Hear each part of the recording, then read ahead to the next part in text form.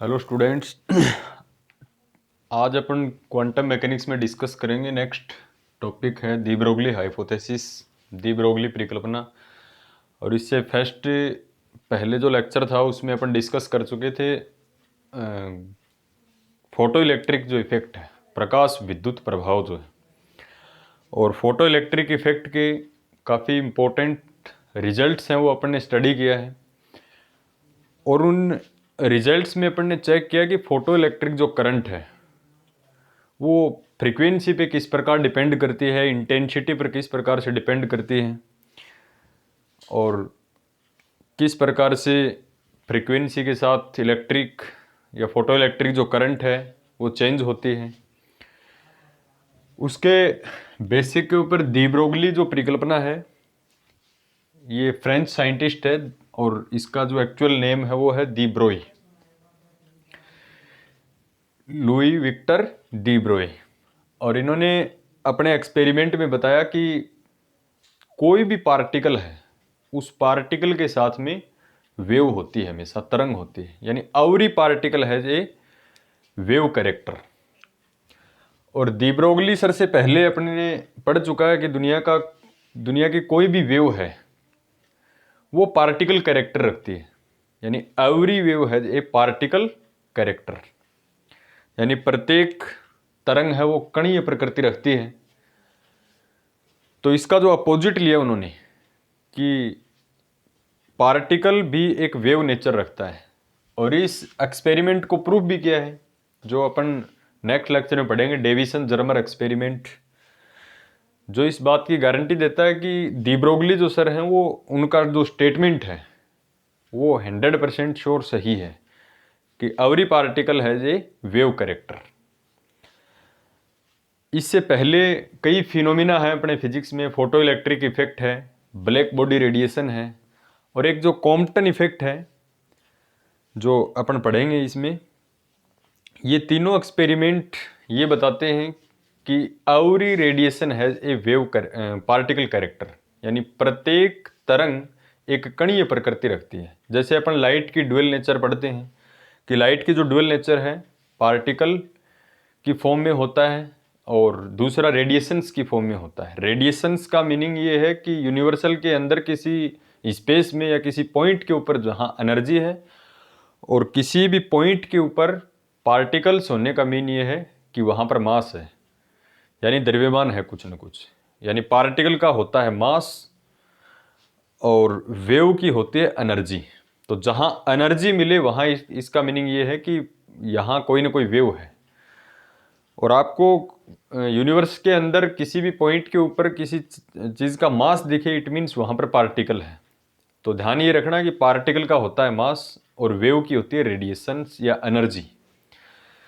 तो तीन एक्सपेरिमेंट, दी ब्रोई सर से पहले तीन एक्सपेरिमेंट ऐसे थे जो अपने को बताते हैं कि कोई भी तरंग है उसके साथ हमेशा कण होता है, यानी प्रत्येक तरंग या रेडिएशन के साथ कणीय प्रकृति होती है, यानी प्रत्येक तरंग की कणीय प्रकृति होती है। और वो तीन एक्सपेरिमेंट्स आपको ध्यान रखने हैं, फोटो इलेक्ट्रिक इफेक्ट, प्रकाश विद्युत प्रभाव, और कॉम्पटन इफेक्ट, कॉम्पटन प्रभाव, एंड ब्लैक बॉडी रेडिएशन, कृष्णिका जो विकिरण है। ये तीनों ये कहते हैं कि दुनिया की कोई भी तरंग है उसके साथ हमेशा कण रहता है।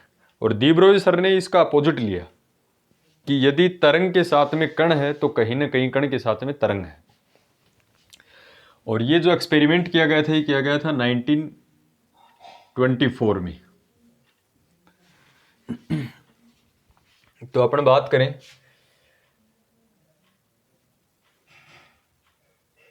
कि प्रकाश विद्युत प्रभाव, फोटो इलेक्ट्रिक इफेक्ट, प्रकाश विद्युत प्रभाव,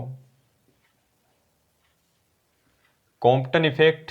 प्रकाश विद्युत प्रभाव अपन पढ़ चुके हैं, और कॉम्पटन इफेक्ट इसके बाद में करेंगे अपन, कॉम्पटन प्रभाव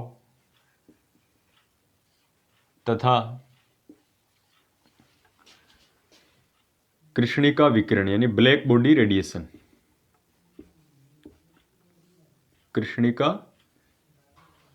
विकिरण। से स्पष्ट है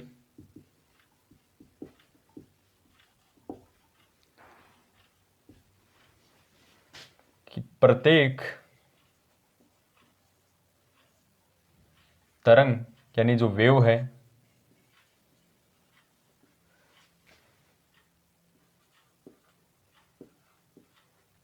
कणीय प्रकृति, पार्टिकल जो नेचर है रखती है। यानी clearly from photo electric effect, Compton effect and black body radiations every wave has a particle nature. तो ये 3 एक्सपेरिमेंट हैं। डी ब्रोई सर के आने से पहले प्रकाश, विद्युत प्रभाव, कॉम्पटन इफेक्ट और कृष्णिका विकिरण, ये तीनों का स्टेटमेंट यही है और तीनों ने इस चीज़ को प्रूव भी किया है कि तरंग के साथ कहीं ना कहीं कणीय प्रकृति है। यानी डी ब्रोई सर के आने से पहले लाइट की जो नेचर थी वो कैसी थी, पार्टिकल नेचर, और डी ब्रोई सर के आने के बाद में पार्टिकल की जो लाइट की जो नेचर है वो मानिए पार्टिकल और वेव दोनों के फॉर्म में। इसलिए अपन आज पढ़ते हैं कि dual nature of the light, कणीय और तरंगी। तो डी ब्रोई सर का जो स्टेटमेंट है तो आप इसका अपोजिट ले लीजिए कि इसमें तो ये कहता है कि प्रत्येक तरंग कणीय प्रकृति रखती है, तो कण है वो कैसी प्रकृति रखेगा, तरंगीय। यानी कोई भी गतिशील पार्टिकल जो है वो हमेशा एक तरंग रखेगी, तरंग की जो नेचर है वो रखेगा, वेव फॉर्म में होगा, लेकिन वो वेव जो तरंग है वो अपने को दिखाई नहीं देगी, अदृश्य होगी। जैसे किसी भी पार्टिकल को अपन ने फेंका तो उस पार्टिकल के साथ में कहीं ना कहीं अदृश्य प्रकाश तरंग है, तो उसके साथ में कहीं ना कहीं वेव है। और इस चीज़ डी ब्रोई सर की जो स्टेटमेंट है उसको प्रूव किया था डेविसन जर्मर एक्सपेरिमेंट द्वारा। यानी कोई भी पार्टिकल मूव करेगा तो उस मूविंग पार्टिकल के साथ में क्या रहेगी, वेव रहेगी। तो डी ब्रोगली के अनुसार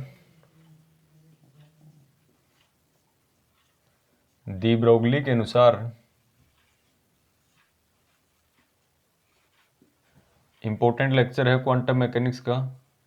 डी ब्रोगली के अनुसार प्रत्येक गतिशील, और ध्यान रखना रुके हुए पार्टिकल के साथ वेव नहीं होती, रुके हुए पार्टिकल का मास होता है।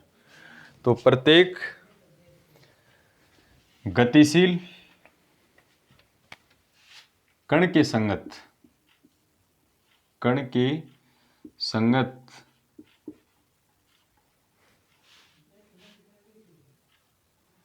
एक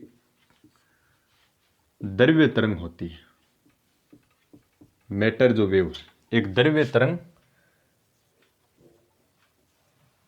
होती है, और इस द्रव्य तरंग को कहा गया डी ब्रोगली तरंग, जिसे डी ब्रोगली तरंग कहा जाता है। यानी आपको ध्यान ये रखना है कि ये 3 जो एक्सपेरिमेंट हैं ये तो ये कहते हैं कि वेव के साथ पार्टिकल है, और डी ब्रोई सर ये कहते हैं कि पार्टिकल के साथ में क्या है कि वेव है। लेकिन ध्यान ये रखना है कि गतिशील कण के साथ में ही एक तरंग होती है। तो इसमें लिखना according to de Broglie every moving particle has a wave character, और this wave is known as de Broglie wave. तो इस तरंग को अपन कहेंगे डी ब्रोगली तरंग। एक फॉर्मूला अपन पढ़ते हैं कि E इक्वल्स टू होता है mc²।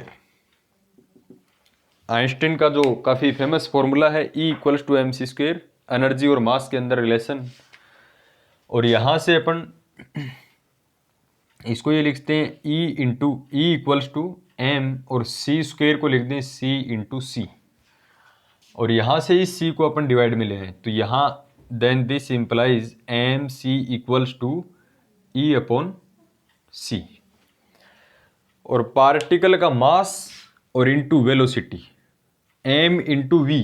यहाँ तो c जो है वो लाइट वेलोसिटी है, तो ऐसे पार्टिकल की वेलोसिटी है जो लाइट वेलोसिटी या लाइट वेलोसिटी के नियर मूविंग करता है। तो ये है मोमेंटम, संवेग, द्रव्यमान और वेग p इक्वल्स टू mv अपन जो पढ़ते हैं। यहाँ पार्टिकल लाइट वेलोसिटी से मूव करेगा तो v नहीं आएगा, c आएगा। c is the light velocity which है वैल्यू 3 × 10⁸ मीटर पर सेकेंड। तो एम वी को मैं मोमेंटम लिखूं तो then this implies P equals to अपन क्या लिखते हैं ई अपॉन सी। इसको दे दें अपनी इक्वेशन फर्स्ट। अभी भी जो डी ब्रोई सर है वो इस मोमेंटम को लेके और कुछ अपने को फॉर्मूला देगा। अब मोमेंटम देखो, इसने कह दिया कि प्रत्येक गतिशील कण के साथ में तरंग होती है। मोमेंटम किसका होता है? मोमेंटम होता है पार्टिकल का, वेव का कभी भी मोमेंटम नहीं होता। तो कण का होता है संवेग, और वेव का मैंने आपको बताया था वेव की होती है एनर्जी। तो यहां पर जो मोमेंटम आया है, तो इस मोमेंटम यानी संवेग का मीनिंग ये है कि अभी तक यहां पर वेव का किसी भी प्रकार से डिस्कशन नहीं है। तो यहां तक जो फॉर्मूला जो चला है ये तो प्रकाश विद्युत प्रभाव, कॉम्पटन इफेक्ट और ब्लैक बॉडी जो रेडिएशन पढ़ते हैं वहां भी इसको प्रूफ किया जा सकता है कि P equals to E by C होता है, या ई बाई वी लिखते हैं अपन।